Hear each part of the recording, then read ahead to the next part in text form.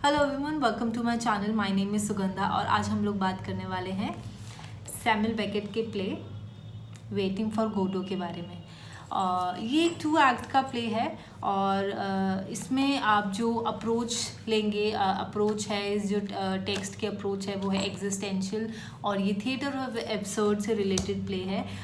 Beckett ने ये बहुत ही सिंपल प्ले रखा है। इसमें ये 2 एक्ट का प्ले है। इसको हम ट्रैजिक कॉमेडी भी बोलेंगे बिकॉज इसमें जो कैरेक्टर्स हैं उनकी लाइफ जो है वो बहुत ही ट्रैजिक है, लेकिन वो बहुत ही कॉमिकली सिचुएशन को हैंडल करते हुए हमको दिखेंगे। So without any further ado हम शुरुआत करते हैं फर्स्ट एक्ट से। फर्स्ट एक्ट जो है हमें फर्स्ट एक्ट ऐसे शुरू होता है कि ईस्ट्रोजन जो है वो अपने जो शूज़ हैं, वो माउंट पे बैठे हुए हैं और वो अपने शूज़ को फोर्सफुली निकालने की कोशिश कर रहे हैं और वो निकलता नहीं है। तो बहुत ही स्ट्रगल फील कर रहे हैं और वो बहुत ही पेन फील कर रहे हैं क्योंकि वो बहुत दिनों से उन्होंने पहना हुआ है, तो उनका जो पैर है वो उसमें स्ट्रक हो गया है। तो अब यहाँ पे एंट्री होती है व्लादिमीर की। व्लादिमीर जो है वो ईस्ट्रोगन को बोलते हैं कि उन्होंने कितनी बार बोला है कि जो शूज़ हैं रोज़ इनको निकालना चाहिए, लेकिन वो कभी उनकी सुनते नहीं हैं। तो व्लादिमीर जो है ऐसे ही उनका जो कैरेक्टर जो अपीयरेंस दिखाया गया है वो चार्ली चैपलिन के जैसा दिखाया गया है। जैसे उनका जो वन लेग है वो काफ़ी गैप है उसके बीच में और वो बहुत ही वॉक भी ऐसे करते हैं जैसे काम करते हैं, तो काफ़ी रिजेम्बलेंस है चार्ली चैपलिन से। लेकिन जो वो दोनों है वो एक ट्रैम्प है। ट्रैम्प को हम बोलेंगे जो होमलेस पीपल होते हैं जिनका कोई बैकग्राउंड तो ऑब्वियसली होता है सबका, बट इसमें जो है बेकेट ने इन किसी भी कैरेक्टर का बैकग्राउंड नहीं दिखाया है। The idea behind this is कि जो भी कैरेक्टर है वो सोली ऑन हिज ओन है, उसका बैकग्राउंड इम्पोर्टेंस नहीं रखता है या फ्यूचर में वो क्या है, प्रेजेंट उसका जो अपीयरेंस है उसी से हम जज कर पा रहे हैं कि वो दोनों एक ट्रैम्प है, होमलेस पीपल हैं। और इसकी जो सेटिंग रखी गई है वो एक पैसेज है, रोड है, वहाँ पे एक ट्री है और ट्री भी बहुत ही जिसमें कोई लीफ नहीं है। ट्री भी एक सिंगल ट्री है और एक प्लेन रोड है जहाँ पे हमको कोई ट्रैफिक नहीं मिलेगा। ये दोनों ही जो है आपस में बात करते हुए मिलेंगे। तो फर्स्ट एक्ट में काफ़ी कुछ ऐसा होता है। व्लादिमीर जो है वो अब ये दोनों आपस में टाइम को पास करने के लिए काफ़ी एक दूसरे से बातें करते हैं, एक दूसरे के अपीयरेंस के बारे में बात करते हैं। और व्लादिमीर जो है लेटर ऑन वो काफ़ी इन्फ्लुएंस है बाइबल से। वो बाइबल की स्टोरी सुनाता है ईस्ट्रोगन को और वो बोलता है कि टू थीव्स की स्टोरी सुनाता है जिसमें एक सैल्वेशन मिल जाती है, एक और दूसरा जो है डैम हो जाता है। तो लेटर ऑन फिर ईस्ट्रोगन ये भी बोलता है, व्लादिमीर ईस्ट्रोगन को रियलाइज़ कराता है कि हम वेट कर रहे हैं गोडो की। तो गोडो जो है हम ये सिर्फ कैरेक्टर है जो कभी आता नहीं है। जो ये प्ले को भी बोला गया है कि ये ऐसा प्ले है जिसमें no one comes and no one goes.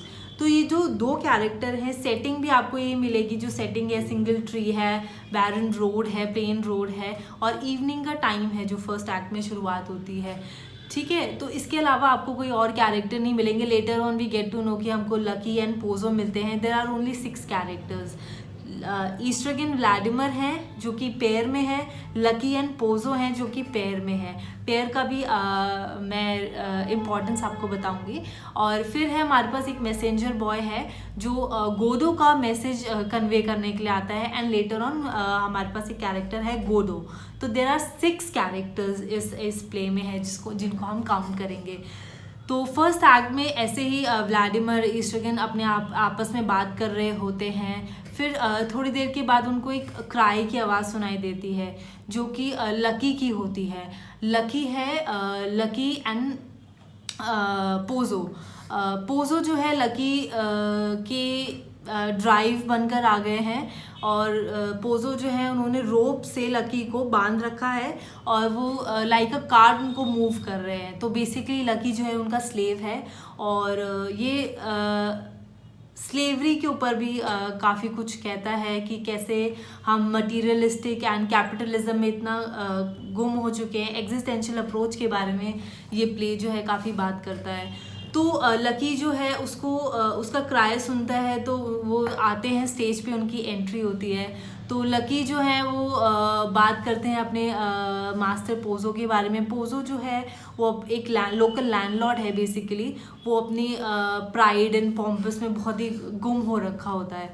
तो वो लकी को बीच बीच में ना यूज चिकन विंग्स होते हैं वो फेंकता रहता है, जैसे एनिमल्स को फेंकते हैं। तो एक इंसिडेंट होता है जिसमें जो लकी है वो पेन से कंटिन्यूअसली बहुत रोता रहता है, इंटेंसिटी में काफ़ी गुम हो जाता है। तो जो ईस्ट्रोगन है वो उसका आंसू पोंछने के लिए ट्राई करता है, तो वो उसको किक ऑफ कर देता है, मार देता है, लात मार देता है, और वो काफ़ी ब्लीड करता है। तो इससे क्या होता है, वो पोजो जो है एक कोट करता है, वो बोलता है कि जहाँ ये लाइफ ही ऐसी है, कहीं पे कोई चुप हो जाता है रोने लगता है, तो कहीं पे कोई चुप हो जाता है, एंड कहीं पे जो चुप हो जाता है उसके बाद कोई और रोने लगता है। तो जैसे ही वो वीप करता है लकी के जो टीयर्स हैं, तो लकी चुप हो जाता है लेकिन वो रोने लगता है क्योंकि ही वॉज ब्लीडिंग। तो ऐसे ही फिर later on we get to know कि एक लकी का जो है मोनोलॉग आता है। वो लोग लकी को सोचने के लिए बोलते हैं, बेसिकली ईस्ट्रोगन और व्लादिमीर जो होते हैं वो बोलते हैं कि लकी तुम सोचो अपनी सिचुएशन के बारे में, क्योंकि पोजो जो है काफ़ी उसके ऊपर फोर्सफुली चीज़ों को इम्प्लाई कराने की कोशिश करता है, क्योंकि वो स्लेव है उनका। वो डांस करने के लिए बोलता है कि इनके सामने डांस परफॉर्म करो। तो जब उसका एक मोनोलॉग आता है लेटर ऑन लकी का, जिसमें वो बात करता है क्रिश्चियनिटी के बारे में कि हमें गॉड का, हमें पता है कि गॉड कौन है। ये उसके मोनोलॉग के बेसिक पॉइंट्स है जिनके बारे में मैं बात कर रही हूँ, कि गॉड तो है लेकिन हम उनके लिए श्योर नहीं है कि वो है भी या नहीं। और ये जो लाइफ है नो वन नोज कि ये कहाँ ले जाएगी हमको, और कितनी भी हमारे पास चीज़ें हों, we are doomed to die. तो बहुत सारी चीज़ें हैं जो जिसके बारे में लकी जो है वो बात करता है।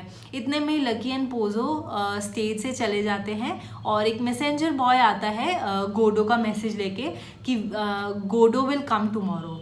ऐसे ही ईस्ट्रोगन जो और व्लादिमीर जो है बहुत अपसेट हो जाते हैं कि गोडो तो आज भी नहीं आया, एंड वो सोचते हैं कि चलो कहीं और चलते हैं या मूव होते हैं। बट ऐसे ही कर्टन फॉल हो जाता है और वो कहीं नहीं जाते हैं, वहीं पे रह जाते हैं। तो ऐसे ही एक्ट 1 ख़त्म हो जाता है। अब आती है एक्ट 2 की बारी। एक्ट 2 में जो पेड़ था फर्स्ट एक्ट में, जिसमें कोई लीव्स नहीं थे, कुछ नहीं था, उसमें अब 4-5 लीव्स हमें दिखाई देते हैं जो कि रिजेंबल करते हैं लाइफ साइकिल को और सीजनल साइकिल को। साइकिल के बारे में बताते हैं कि लाइफ कैसे चेंज होती है। और ऐसे में वो दोनों, ईस्ट्रोगन जो है वो कल की बातों को भूल चुका है कि कल क्या हुआ था। अब ऐसे ही वो सोचते हैं कि अब टाइम पास कैसे हो। तो टाइम पास करने के लिए वो दोनों सोचते हैं कि लकी एंड पोजो को रीइनैक्ट करते हैं। तो ऐसे ही वो इनैक्ट करते हैं, तो इतनी देर में लकी एंड पोजो आ जाते हैं। अब पोजो जो है वो ब्लाइंड हो चुके हैं और लकी जो है उनको डायरेक्ट कर रहे हैं। तो अब ये जो साइकिल है ये रिवर्स हो चुकी है। मास्टर स्लेव की जो साइकिल थी वो रिवर्स हो चुकी है।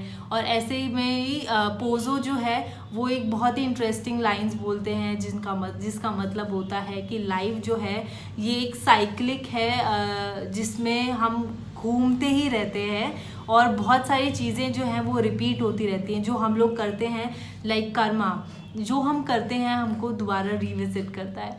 तो ऐसे ही वो आपस में बात कर रहे होते हैं एक दूसरे से।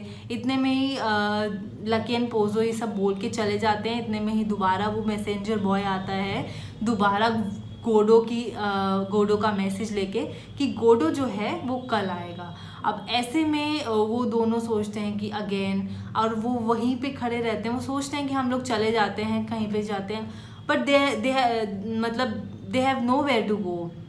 उनके पास कुछ है ही नहीं, वो ट्राम्स है। तो इसलिए वो वहीं पे खड़े रहते हैं। ऐसे ही कर्टन फॉल हो जाता है। तो ये थी basic summary Waiting for Godot की, जिसमें काफ़ी सारी चीज़ें जो हैं, जैसे आप थिएटर ऑफ एब्सर्ड के बारे में जानेंगे कि जो लाइफ जो है वो बहुत ही मीनिंगलेस है।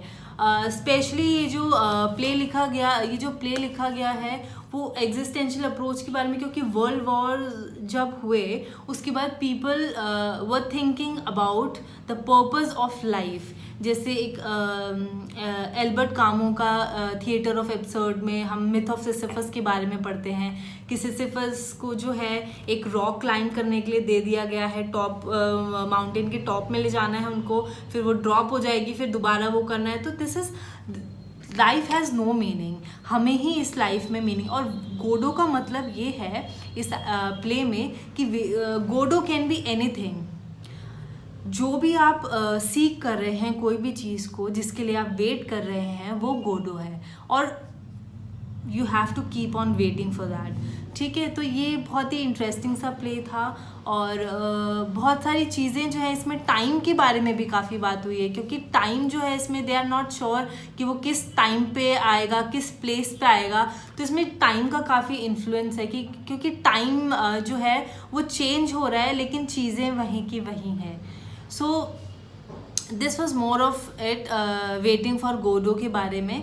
I hope you like it. If you do, then do like, share and subscribe to my channel for more such videos. Thank you. See you soon.